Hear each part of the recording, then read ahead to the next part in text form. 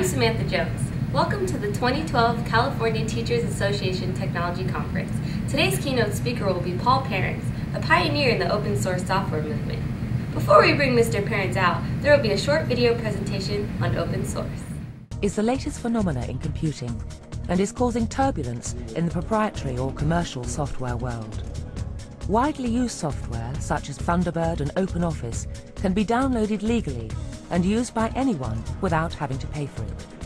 Over 90% of all the world's desktop and laptop computers run on proprietary software, such as Apple or Microsoft sells. Do they see open source as a threat? One can consider open source software a lot like generic drugs. The analogy fits. In the case of open source software, it's a lot less expensive.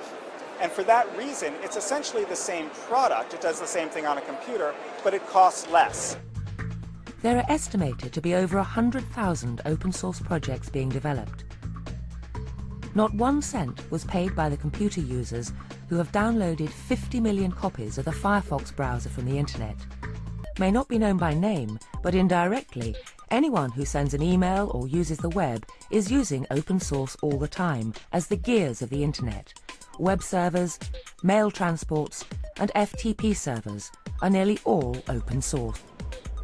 In 1998, the Open Source Initiative, an organization dedicated to promoting free and open source software, was founded by computer programmers Eric Raymond and Bruce Perens, who felt that the word free could be replaced by open, and that would avoid confusion.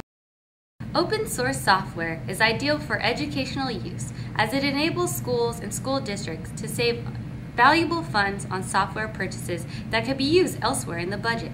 Software like Microsoft Office or Windows could be replaced with OpenOffice, which has comparable word processing, spreadsheet, and presentation software, or Linux.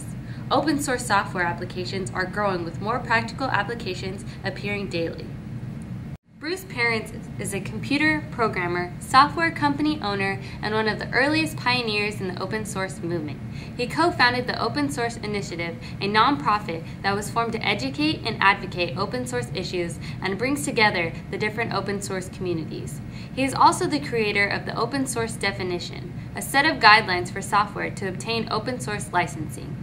He is also the author of the Open Source Series books from Pearson Prentice Hall, with over 20 titles including The Linux Development Platform, Java Application and Development on Linux, and Open Source Security Tools, a practical guide to security application. It is my pleasure to bring to you Bruce Perens.